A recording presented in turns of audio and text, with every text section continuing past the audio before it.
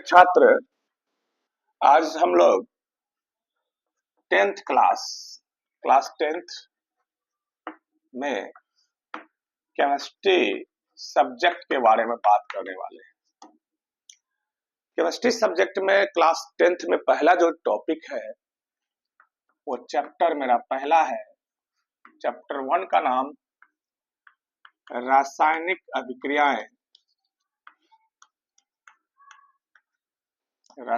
अभिक्रियाएं एवं समीकरण है। हम लोग आज इसी चैप्टर पर बात करने वाले हैं। बहुत ही आसान सा चैप्टर है जो 10th क्लास के बच्चों के बेसिक के लिए बहुत ही ज्यादा इम्पोर्टेंट है। आज इस चैप्टर में हम लोग कई बिंदुओं पर बात करेंगे और उसके महत्व को जानेंगे।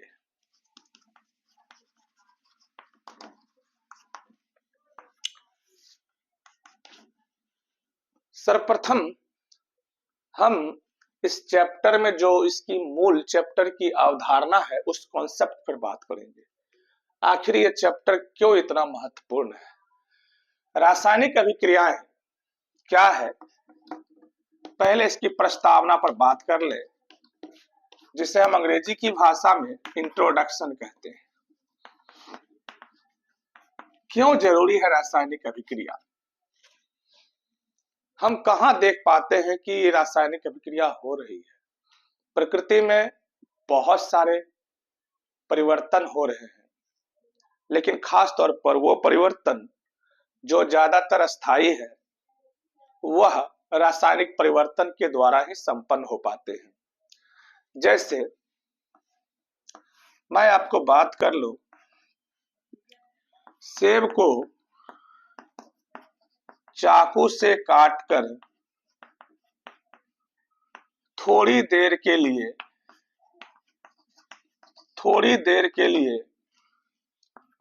खुले वातावरण में छोड़ देने पर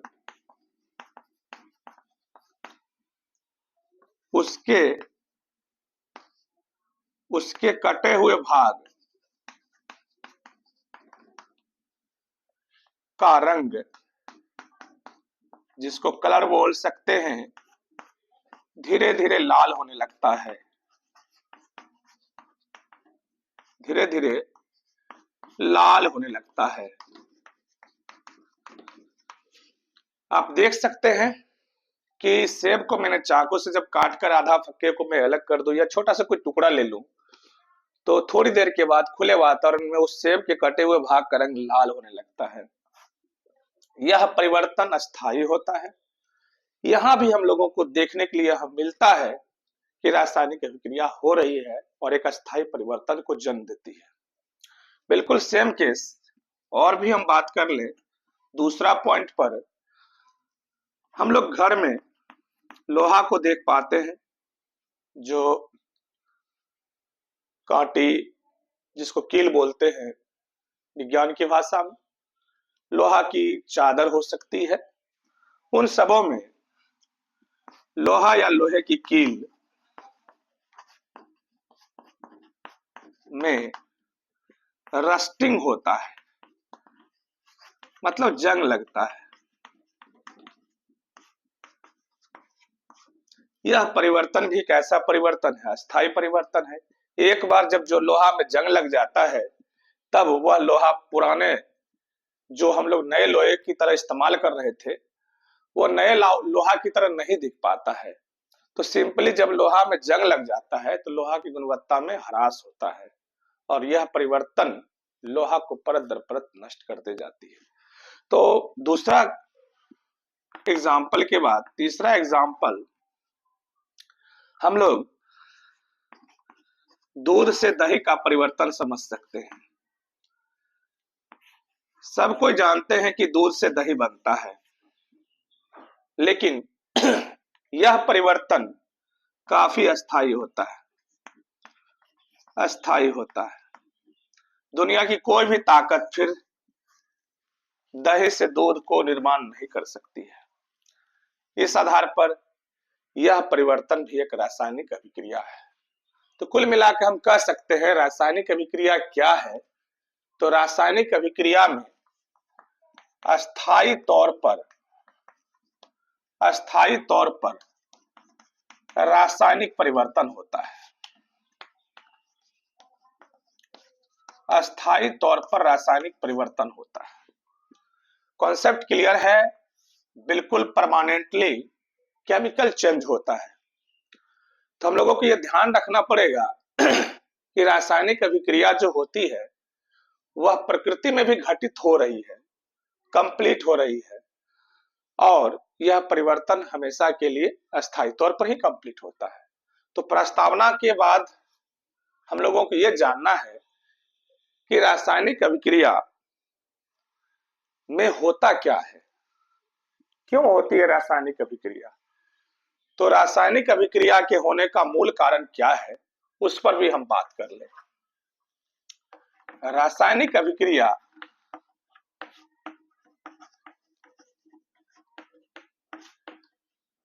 में उसके रासायनिक बंधन ही जिम्मेदार होते हैं।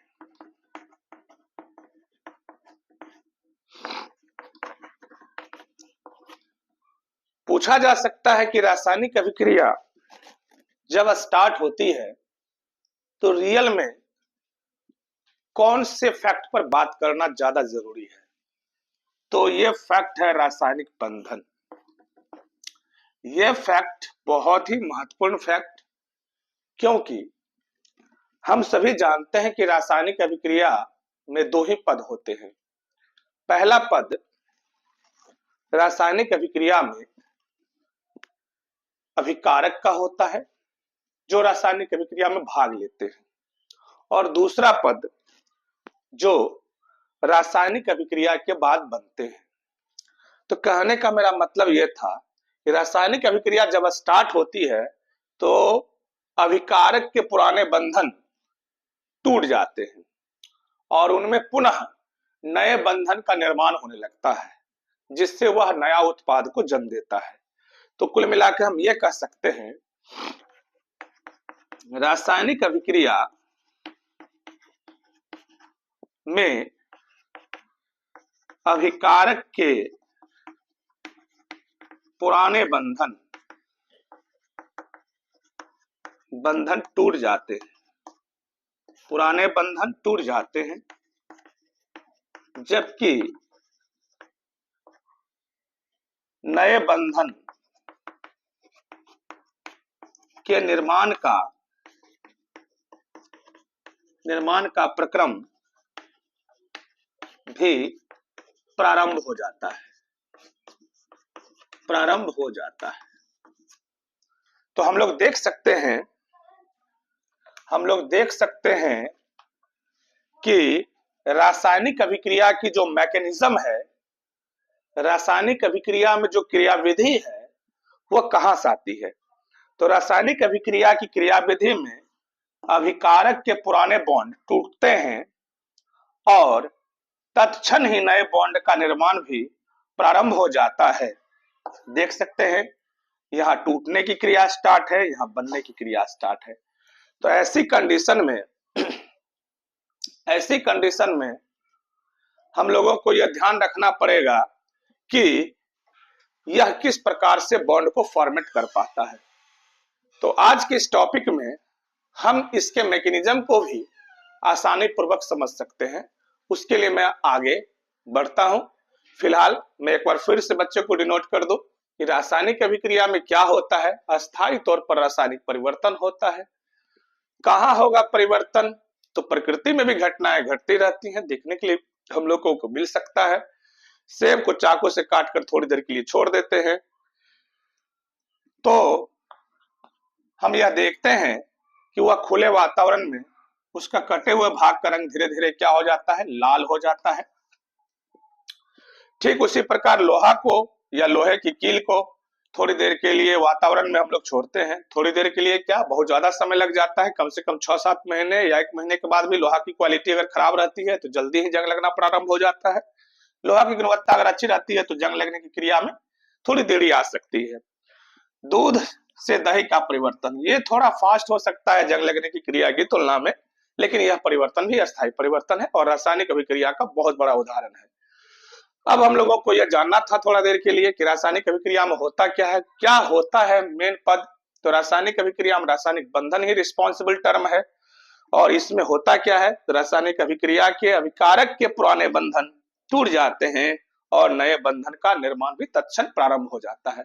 तो प्रिय छात्र, अगर आप स्क्रीनशॉट रखना चाहते हैं तो रख ले, और मैं फिर आगे बढ़ूंगा।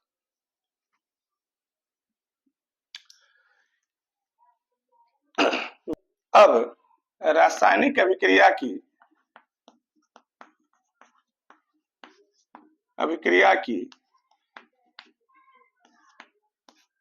क्रियाविधि पर बात करते हैं। That is called mechanism of chemical reaction. मैं रिएक्शन को शॉर्ट में इस तरह लिख रहा हूं, अगर आप चाहे तो फुल फॉर्म भी लिख सकते हैं, मैंने लिख दिया है।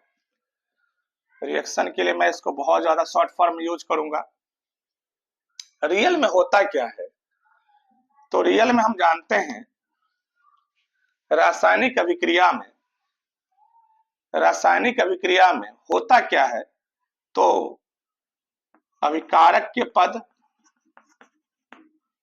प्रतिफल के पद में बदल जाते हैं। प्रतिफल को हम उत्पाद भी कह सकते हैं, दैट इज कॉल्ड प्रोडक्ट, और इसे हम बोलते हैं रिएक्टेंट।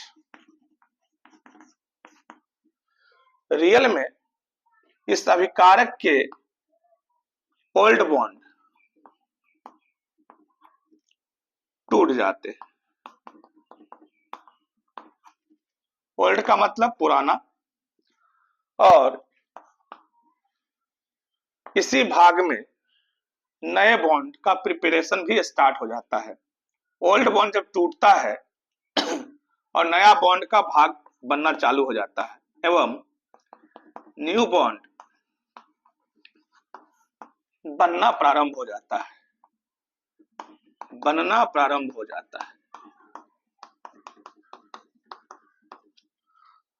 तो ओल्ड बॉन्ड टूटेगा, न्यू बॉन्ड बनना प्रारंभ हो जाएगा, स्टार्ट हो जाएगा, तो हमें मिलता है प्रोडक्ट।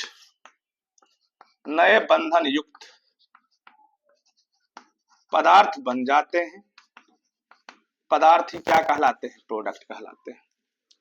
तो आपसे कोई पूछ सकता है अभिकारक में ऐसा क्या हुआ, तो क्लियर है, ओल्ड बॉन्ड टूटेगा और नया बॉन्ड बनना स्टार्ट हो जाएगा। जब पूरी तरह नया बॉन्ड बन जाएगा तो वह नया कंपाउंड जो बनाएगा वह प्रोडक्ट कहलाएगा, प्रतिफल कहलाएगा। अब एक एग्जांपल ले लेते हैं, थोड़ा सा एक बात और जान ले हम लोग कि अभिकारक रासायनिक अभिक्रिया में क्या करता है, भाग लेता है, और इसे हम लोग किस साइड में लिखते हैं, लेफ्ट साइड में, और इसे हम किस साइड में लिखते हैं, राइट साइड में। सामान्यतः यह भी ध्यान रखने की जरूरत है कि रासायनिक अभिक्रिया की दिशा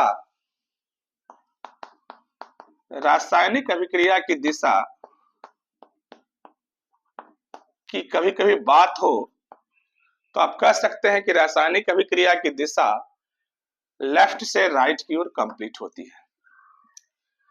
तो फिलहाल अभी के आज के इस टॉपिक में हमने ये जाना कि अभिकारक प्रतिफल में ट्रांसफर हो जाते हैं, यही रासायनिक अभिक्रिया है। डायरेक्शन भी देख लिया कि लेफ्ट टू राइट कंप्लीट होती है।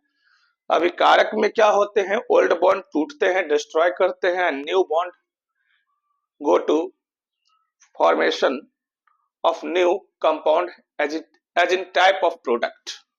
तो हम बोल सकते हैं कि अभिकारक में ही सारी गतिविधि स्टार्ट हो जाती है और नया प्रतिफल को जन्म देता है। इसका एक उदाहरण हम लोगों को ये देखना है कि किस तरह से ये प्रिपेयर होता है। रिएक्शन के माध्यम से हम लोग जान लें कि ये किस तरह से प्रिपेयर होता है। आगे बढ़ रहे हैं, इसको भी हम लोग देखने का काम करेंगे। एक उदाहरण है, मेरे पास H2 प्लस I2 और ये दोनों मिलकर बना लेते हैं HI। मैं छोटा सा उदाहरण देता हूं। This is hydrogen, this is iodine, this is called iodine, this is hydrogen iodide.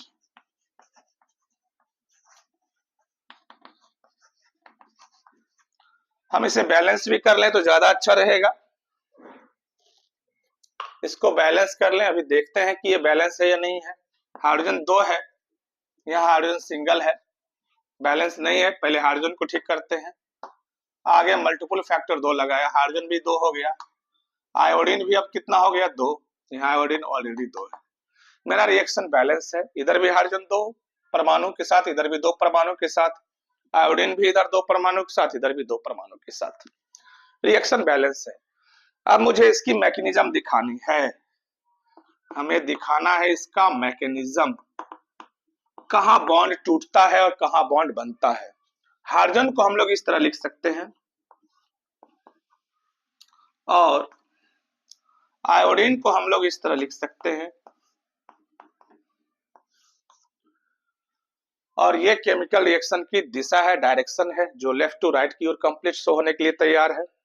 Real में यहाँ बॉन्ड देखिए, यहाँ से है 2 हाइड्रोजन के बीच ये बॉन्ड जो बना हुआ है, ये बॉन्ड टूट रहा है, यहाँ भी ये बॉन्ड टूट रहा है, और इन दोनों के बीच नया बॉन्ड बन रहा है। हम इसे ऐसा समझें, ओल्ड बॉन्ड, पुराना बंधन टूटने की तैयारी में,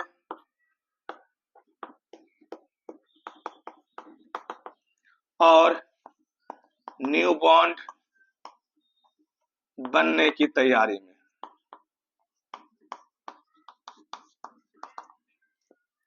तो यहां देख लेते हैं, यहाँ बॉन्ड का फॉर्मेशन स्टार्ट हो गया है, एक ही साथ यहाँ टूटने की क्रिया भी स्टार्ट हो गई है। जब यहाँ से भी परफेक्टली बॉन्ड डिसोसिएट हो जाते हैं, टूट जाते हैं, तो यहाँ बॉन्ड कंप्लीटली प्रिपेयर हो जाते हैं। ये बन जाता है HI और नीचे भी है HI, ऐसे ऐसे बन जाते हैं। H और I के बीच बन जाता है बॉन्ड। यहाँ देख सकते हैं HI और I के बीच बॉन्ड बन गया है। इसकी संख्या 2 है, 2 जगह ये क्रिया हो रही है, हमने लगा लिया 2। इसी को हम चाहे तो और में लिख सकते हैं 2, ये फैक्टर जो पहले है उसको मैंने लिखा 2, और इसके बॉन्ड को हम छुपा सकते हैं, इसे हम लिख सकते हैं HI। देख सकते हैं ये पूरी तरह पहले की तरह आ गया है, H2 I2, और यहाँ देख सकते हैं HI। हम इसी को शॉर्ट में ऐसा लिख सकते हैं। इसके बॉन्ड को मैंने यहाँ गुम कर दिया है, छुपा दिया है, ओमिट कर दिया है। तो आज के इस मैकेनिज्म में हमने आसानी पूर्वक देखा कि बॉन्ड डिसोसिएशन के साथ ही बॉन्ड फॉर्मेशन की क्रिया स्टार्ट हो जाती है, बंधन टूटने के साथ ही बंधन बनने की क्रिया स्टार्ट हो जाती है। यह है रासायनिक अभिक्रिया की मैकेनिज्म। प्रिय छात्र और छात्राओं, इसे आप लोग स्क्रीनशॉट करके रख लें, फिर आगे बढ़ते हैं। आज के इस टॉपिक में रासायनिक अभिक्रिया की विशेषताओं के बारे में बात करेंगे। रासायनिक अभिक्रिया की विशेषताएं।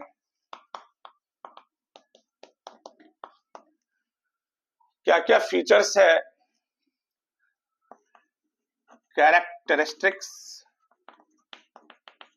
Of chemical reaction.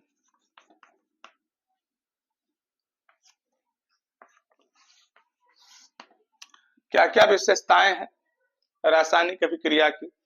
तो रासायनिक अभिक्रिया की बहुत सारी विशेषताएं हैं, उस पर हम लोग बात कर ले थोड़ा सा, तो ज्यादा अच्छा रहेगा। कौन कौन सी क्रियाएं हो सकती हैं रासायनिक अभिक्रिया में। देखिए, रासायनिक अभिक्रिया में पूरे टर्म पर अगर बात करें तो 2 चीज होता है, एक चेंजिंग होता है और दूसरा फॉर्मेशन होता है। फॉर्मेशन को हिंदी में हम बोल सकते हैं निर्माण करना या बनना, जबकि चेंजिंग की क्रिया को हम लोग बोल सकते हैं परिवर्तन। रियल में कौन कौन से चेंजिंग होते हैं उस पर हम लोग बात कर लें, और कौन कौन से फॉर्मेशन होते हैं उस पर भी बात कर लें, तो ये रासायनिक अभिक्रिया की विशेषताएं कंप्लीट हो जाएगी। तो कौन कौन से परिवर्तन होते हैं उसे हम लोग देखने का काम करेंगे। तो आज के इस टॉपिक में हम लोग चेंजिंग की ओर पहले आते हैं। पहले चेंजिंग पर ही बात कर लें, कौन कौन सी चेंजिंग होती है रिएक्शन में। तो सबसे पहले चेंजिंग होता है कलर का, स्टेट का, और हम लोग तीसरा जो चेंजिंग देख सकते हैं वह बहुत ही महत्वपूर्ण चेंजिंग है, वह है टेम्परेचर का। तो हम लोग बोल सकते हैं टेम्परेचर में भी चेंजिंग होती है। कहने का मतलब यह है उसके रंग के गुण में परिवर्तन आता है, उसकी अवस्था में परिवर्तन आता है, उसकी ताप में परिवर्तन आता है। इस पर भी हम एक एक पॉइंट को धीरे धीरे डील करेंगे, किस तरह यह परिवर्तन होता है। फिलहाल मैं नोटिफाई कर दूं सबको। तो फॉर्मेशन में क्या क्या होता है, तो ज्यादातर तो देखते हैं कि मैक्सिमम रिएक्शन में गैसियस पार्ट रिलीज इजिली होते हैं, तो फॉर्मेशन ऑफ गैस बोल सकते हैं, फॉर्मेशन ऑफ गैस बोल सकते हैं, गैस मुक्त होता है बनकर, और फॉर्मेशन ऑफ पीपीटी बोल सकते हैं,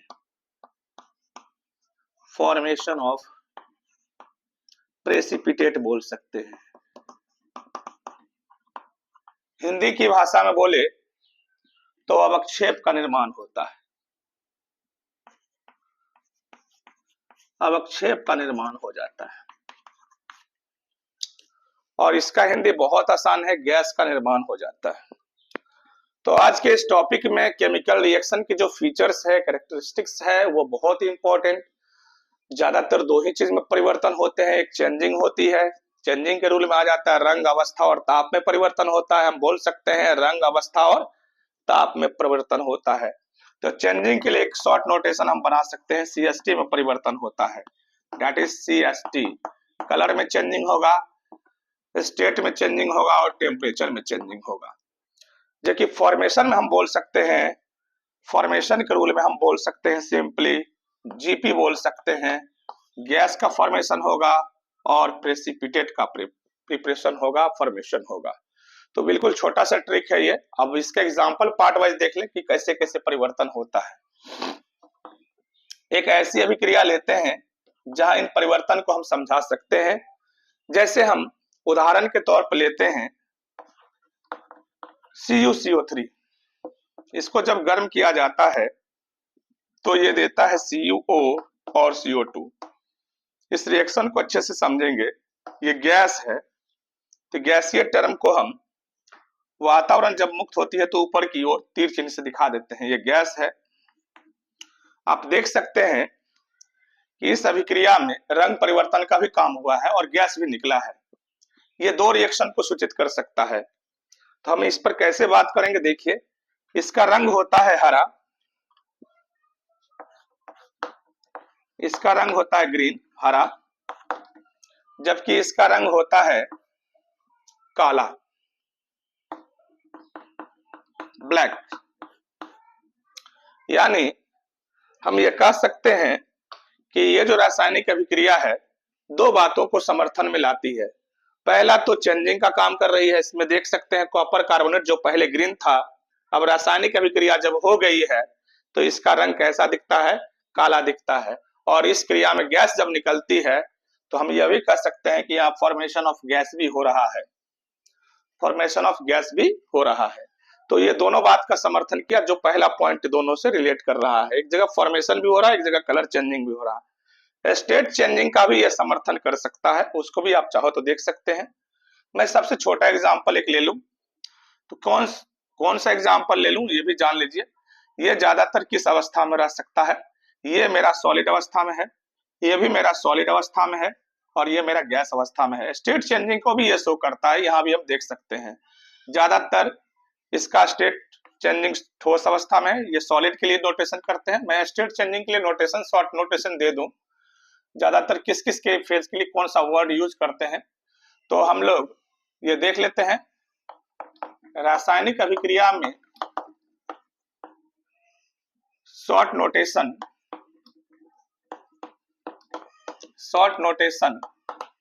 ध्यान रखना जरूरी है।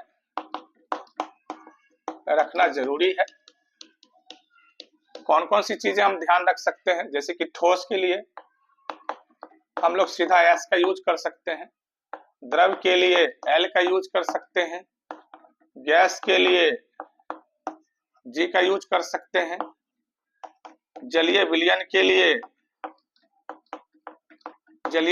लिए क्यू का यूज कर सकते हैं, that is full form is called aqueous, लेकिन हम लोग यूज करेंगे सिर्फ ये क्यू का। और गैस का मुक्त होना इसके लिए हम लोग इस तरह का तीर चिन्ह का यूज कर लेते हैं, जो ऊपर की ओर एनवायरनमेंट में मुक्त हो जाता है, गैस के नोटेशन के लिए यूज करते हैं। और एक और महत्वपूर्ण पद है अवक्षेप का बनना। इसके लिए हम लोग किसका यूज करते हैं, तो नीचे की ओर तीर चिन्ह का यूज करते हैं। तो ये बहुत ही इंपॉर्टेंट टर्म, ये भी हम लोग ध्यान रखेंगे। यहाँ पर देख सकते हैं मैंने स्टेट भी दिखाने का काम किया है। और कुछ रिएक्शन ऐसे भी हैं जिसमें ताप की उत्पत्ति होती है। कुछ रिएक्शन ऊष्मा को बाहरी फील्ड से अब्सॉर्ब भी कर लेते हैं। तो फिलहाल मैं एक उदाहरण दे दूं जिसको समझना ज्यादा आसान है। आप कली चूना ले सकते हैं, यह है कली चूना, जिसे अंग्रेजी की भाषा में क्विक लाइम कहा जाता है। इस क्विक लाइम को जैसे ही पानी में डालते हैं, यह चेंज हो जाता है कैल्शियम हाइड्रोक्साइड में, और इस क्रिया में पर्याप्त ऊष्मा भी निकलती है। इसको समझने के लिए हम लोग सब कोई कली चूना का उपयोग दीवार में पोताई के लिए करते थे, घरों को सुंदर ढंग से चमकाने के लिए करते थे। जैसे ही कली चूना को पानी में डालते थे, फटफटाहट के साथ वह उबलने लगता था, और बाहरी परत जो होती थी, जिस पात्र में रखा रहता था, बर्तन में रखा रहता था, वह गर्म हो जाता था। तो इससे ये पता चल रहा है कि इस अभिक्रिया में ऊष्मा की उत्पत्ति होती है, टेम्परेचर रिलीज होता है। तो यहाँ देख सकते हैं, इससे हम क्या बोल सकते हैं, ये हमारा है कली चूना। जब पानी में आ जाएगा तो ये हो जाता है बुझा हुआ चूना, जिसे हम लोग भखड़ा चूना भी कहते हैं। तो आज के इस टॉपिक में हम लोगों ने अब तक 4 तथ्यों को जाने हैं। रंग समझ लिए, स्टेट समझ लिए, टेम्परेचर समझ लिए, फॉर्मेशन ऑफ गैस समझ लिए, और अगली टॉपिक जो हम लोगों को समझना है वो है अवक्षेप का निर्माण। हम लोग इसको भी समझ लेते हैं बहुत जल्दी। थोड़ा सा स्क्रीनशॉट रख के आप लोग शेयर करिए। फिलहाल आगे बढ़ेंगे।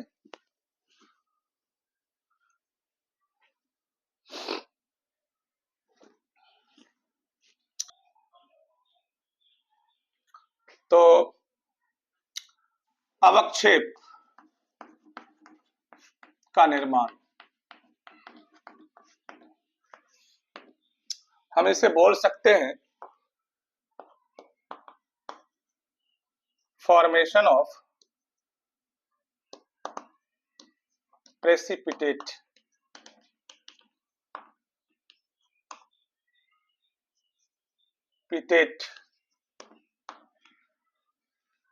शॉर्ट में इसे हम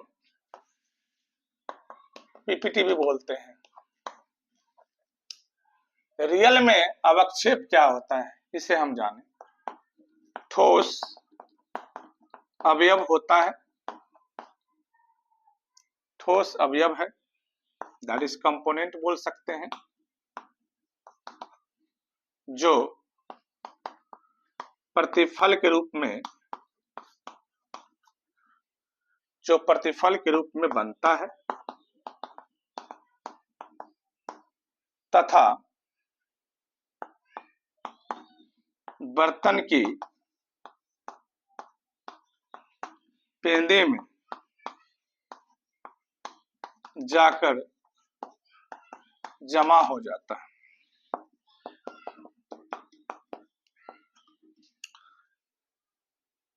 इसे नीचे की ओर तीर से प्रदर्शित करते हैं, यानी नीचे की ओर तीर से हम प्रदर्शित कर सकते हैं। यहां देख सकते हैं तो किस तरह हम ठोस अवयव बनाते हैं। ज्यादातर यह ध्यान रखने की जरूरत है, अवक्षेप का निर्माण ज्यादातर किस रिएक्शन में होता है। ज्यादातर यह द्विविस्थापन अभिक्रिया, ज्यादातर यह द्विविस्थापन अभिक्रिया में बनता है। That is important reaction double displacement reaction भी इसे बोलते हैं। अंग्रेजी की भाषा में इसे हम लोग डबल डिस्प्लेसमेंट रिएक्शन भी बोलते हैं।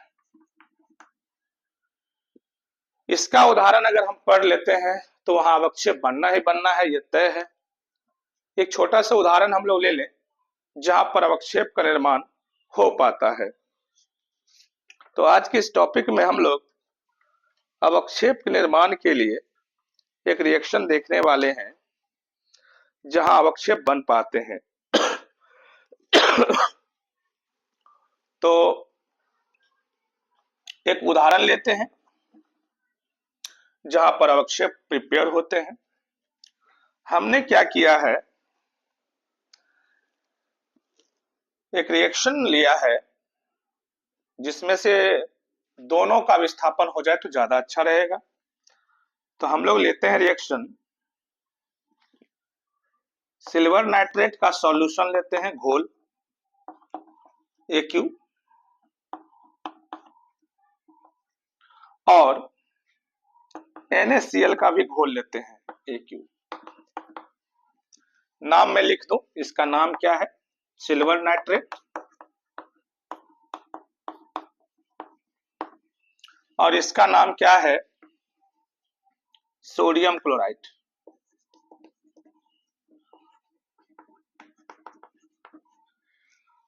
तो यहां पर हम लोग देखते हैं कि दोनों जगह से विस्थापन कैसे होता है। ये प्लस के टर्म में टूटता है, ये माइनस के टर्म में टूटता है, ये माइनस के टर्म में पूरा टूटता है, ये पूरा प्लस के टर्म में टूटता है।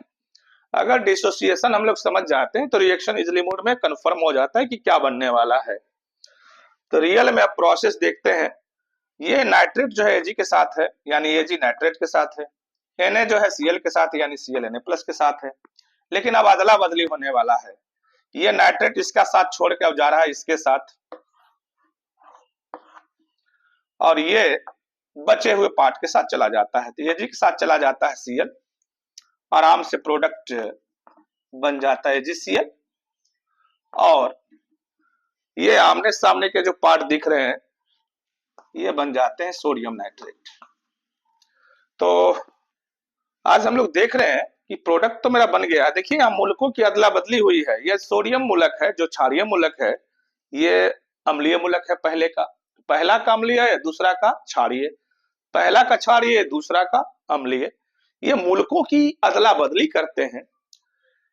इसलिए हम लोग ऐसा कह सकते हैं कि द्विविस्थापन अभिक्रिया में क्या होता है। तो द्विविस्थापन अभिक्रिया में क्या होता है, तो हम बोल सकते हैं मूलकों की अदला बदली, दैट इज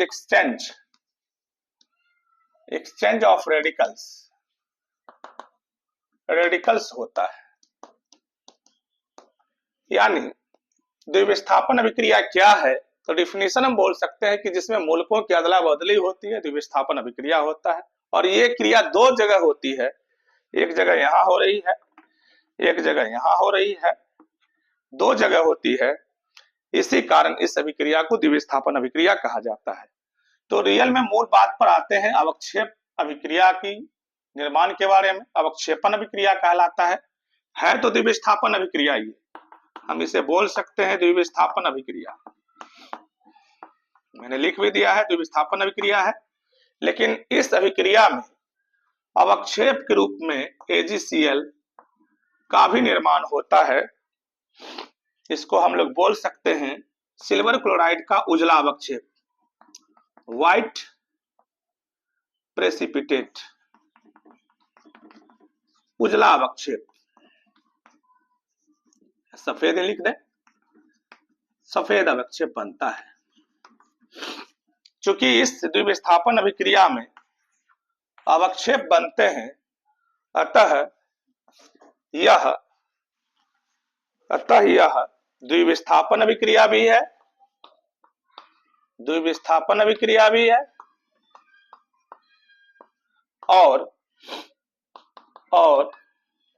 अवक्षेप बनता है, तो इसे हम अवक्षेपन अभिक्रिया भी कह सकते हैं। कहने का हमारा मतलब ये था, इसे हम प्रेसिपिटेशन रिएक्शन भी कह सकते हैं। यानी द्विविस्थापन अभिक्रिया के साथ साथ यह अभिक्रिया अवक्षेपन अभिक्रिया भी है। तो आज के इस टॉपिक में हम लोगों ने केमिकल रिएक्शन की विशेषताओं को समझा और कौन कौन सी विशेषताएं किस किस स्थिति में संपन्न होती है, सारी बातों को समझा। मैं रासायनिक अभिक्रिया के प्रकार के बारे में भी थोड़ा सा बात करना चाहूंगा। थोड़ा सा इसको अगर लिखना चाहते तो लिख सकते हैं।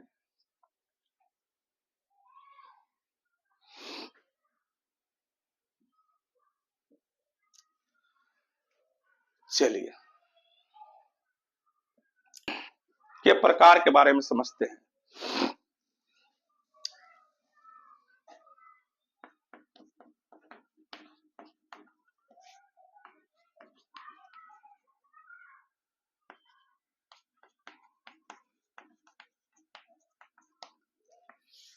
रासायनिक अभिक्रिया अलग अलग आधार पर अलग अलग प्रकार के होते हैं।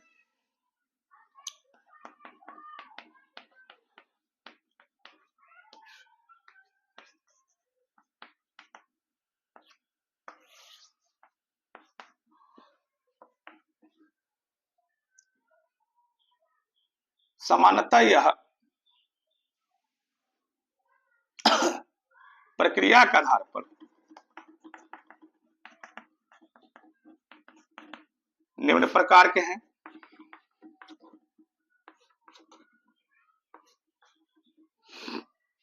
कौन कौन से आधार हैं तो इसे हम देख लेते हैं। यहाँ प्रक्रिया के आधार पर, प्रक्रम के आधार पर, प्रोसेस के आधार पर निम्न प्रकार के कौन कौन से हैं प्रक्रम?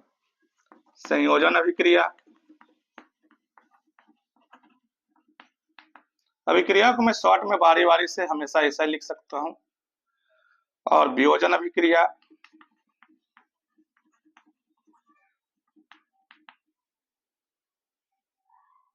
उसके बाद हम द्विविस्थापन अभिक्रिया या इसी को बोलते हैं उभय अपघटन अभिक्रिया,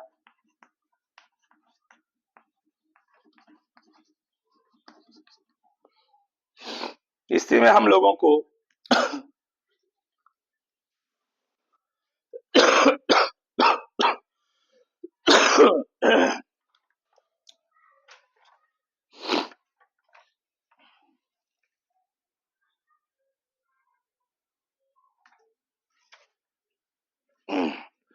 इसी में हम लोगों को एक और अभिक्रिया है जिसके बारे में हम लोग जान लें, रेडॉक्स अभिक्रिया भी बोल सकते हैं।